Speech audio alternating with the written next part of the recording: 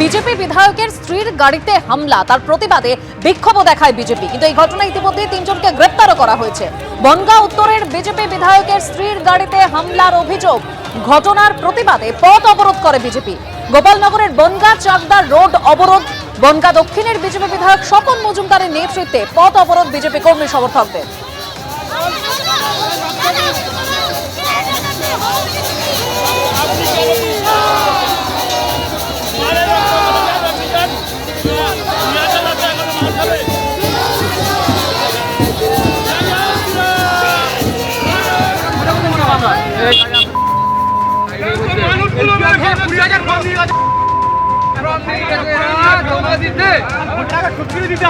হিন্দু মুসলমান গন্ডগোল আছে, কিসের হিন্দু মুসলমান?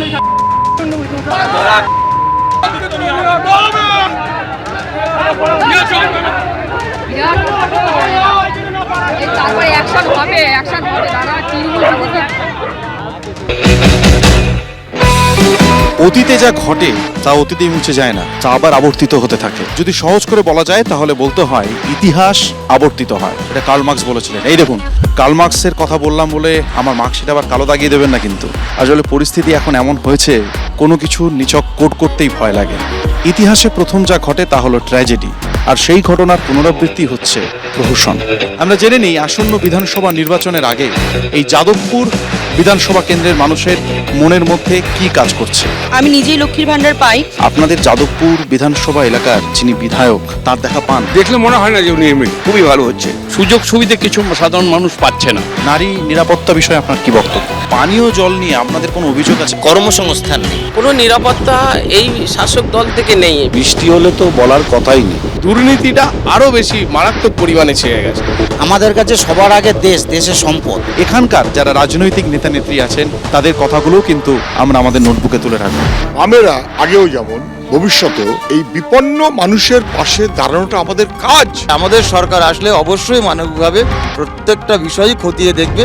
ওরা চেষ্টা করছে ওদের মতন প্রচার করতে, আমরা চেষ্টা করছি আমাদের মতন প্রচার করতে। যাদবপুর বিশ্ববিদ্যালয়ে আমরা দেখেছি যে প্রায়শই ছাত্র আন্দোলন, ছাত্রদের প্রতিবাদ, বিভিন্ন বিষয় নিয়ে সেই প্রতিবাদ চলে এবং কখনো কখনো সেই প্রতিবাদ এবং প্রতিবাদের আঁচ বিশ্ববিদ্যালয় ক্যাম্পাস থেকে বেরিয়ে রাস্তায় এসে দাঁড়ায়। মানুষের মনে প্রতিবাদের সুর ভয়ঙ্কর। যারা মনে করেছিল যে একটা পরিবর্তন হয়ে গেলে বুঝি কি লাভ হবে, তারা বুঝেছে পরিবর্তনে কি সর্বনাশ হচ্ছে। তৃণমূল সেখানে কখনো আছে, কখনো নেই, কখনো তারা কম্প্রোমাইজ করে চলে। সমস্ত রাজনৈতিক কর্মকাণ্ড এখানে চলছে। যাদবপুর বিশ্ববিদ্যালয়ে তথাকথিত উগ্রবাম এবং বাম তারা আর কাউকে ঢুকতেই দেবে না। সূত্রের খবর, এসআইআর খসড়া তালিকায় যাদবপুর থেকে বাদ গেছে 54,184 জনের নাম। এসআইআর শুনানিতে ডাকা হয়েছে যাদবপুর বিশ্ববিদ্যালয়ের উপাচার্য চিরঞ্জীব ভট্টাচার্যকেও। আর সেই নিয়ে ভোটের আগে যাদবপুর সরগরম। ভোটের দিন দুপুরবেলা 1টা-1:30টার পরে এই যে ভূতের নৃত্য হয় ভোটার লিস্টের, এটা নির্ভুল ভোটার তালিকা নয়। এই নামগুলো বাদ যাওয়া উচিত। ভোটার লিস্টে যদি মৃত ভোটারের নাম থেকে থাকে তার দায় এবং দায়িত্ব নির্বাচন কমিশনের ছিল। সুজনবাবু যখন 2016-তে জিতেছিলেন তখন যাদবপুরে কি ছিল? এই সুজনবাবু এই 2021-এ প্রায় 40,000 ভোটে হেরেছে। তখন তো তিনি বলেননি।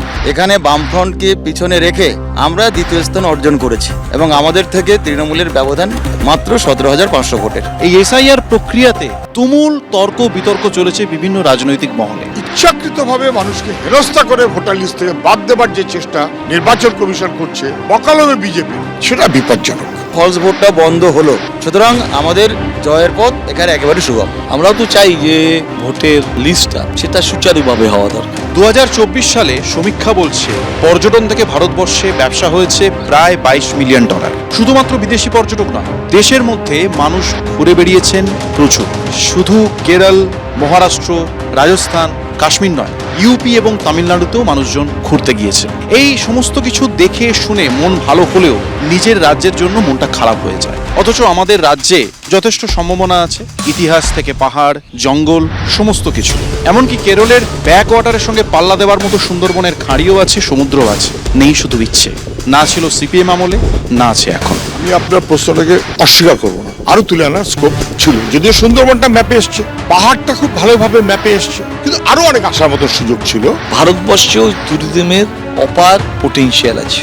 বাংলা পথ দেখিয়েছে ভারতবর্ষে। আমরাই প্রথমে ট্যুরিজমকে ইন্ডাস্ট্রির দরজা দিয়েছি। আজকে বাংলার প্রত্যেকটা ট্যুরিস্ট স্পটে শ্রীমতী মমতা ব্যানার্জি সরকার হোমস্টের ব্যবস্থা করেছে। কিভাবে? মুখে নয়, তাদেরকে টাকা দিয়েছে। আপনি উত্তরবঙ্গে যান, সমস্ত রোজ রোজ নতুন নতুন ট্যুরিস্ট স্পটের আবিষ্কার হচ্ছে। সুন্দরবন 10 বছর যেখানে ছিল সেখানেই পড়ে আছে। পুরুলিয়া যেখানে ছিল সেখানে পড়ে আছে। ধরুন বকখালি, সেখানে আরো অনেক কিছু করা যেতে পারে। ভারতবর্ষে যে আমাদের ট্যুরিজম মিনিস্ট্রি, তার সঙ্গে যোগাযোগ করা, এবং আমাদের পশ্চিমবঙ্গের যে রাজ্য সরকার, তারাও কেন্দ্রীয় সরকারের সঙ্গে সমান তালে তাল মিলিয়ে এটাকে যদি বাইরে প্রমোট করার চেষ্টা করেন, আমার মনে হয় যে ট্যুরিজম ক্ষেত্রটা আরো বেশি উন্নতির সম্ভাবনা আছে, এটুকু বলতে পারি। সামনে নির্বাচন আসছে, কেন্দ্রীয় যে বাজেট সেখানে জিএসটি কমেছে, কোনো সুবিধা হয়েছে? কেন্দ্রীয় সরকার যখন এইগুলো জিএসটি কে কমাবার একটা পরিকল্পনা নেয়, তার আগে এই পুঁজিপতি এবং কিছু ব্যবসায়ীকে এই খবরটা তাদের কাছে আগেই পৌঁছে যায়। তারা মার্কেটটাকে নিয়ন্ত্রণ করে একটু দরটা একটু বাড়িয়ে দিয়ে তারপরে জিএসটিটা কমলে পড়ে সাধারণ মানুষ কিন্তু তার এফেক্ট পায় না। নারী নিরাপত্তা বিষয়ে আপনার কি বক্তব্য?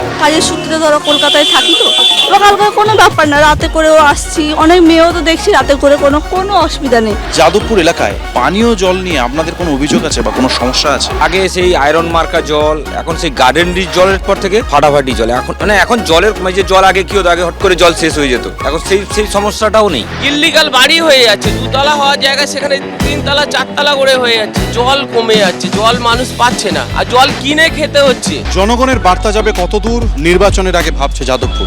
আজকে আমার সফর এখানেই শেষ করলাম। গণতন্ত্রের বিকল্প একমাত্র গণতন্ত্রই। গণতন্ত্রে প্রশ্ন করা অধিকার নয়, কর্তব্যও বটে। আজ এই যাদবপুর বিধানসভা কেন্দ্রে আমি আমার কর্তব্য করলাম। আপনারা দেখতে থাকুন তারকার চোখে তারকা কেন্দ্র।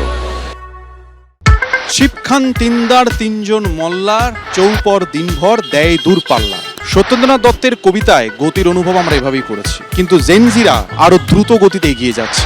যাদবপুর বিশ্ববিদ্যালয়ের ইঞ্জিনিয়ারিং বিভাগের পড়ুয়াদের তৈরি ইলেকট্রিক রেসিং কার গত বছর জাতীয় স্তরে ইলেকট্রিক রেসিং কার প্রতিযোগিতায় সাফল্য অর্জন করেছে। পরবর্তী গতির লক্ষ্যে তারা আরো এগিয়ে চলেছে। আমিও আজ যাদবপুর বিধানসভা কেন্দ্রের নানান প্রান্তে ছুটে বেড়াবো জানার জন্য নির্বাচনের আগে জেনজিরা কি ভাবছে।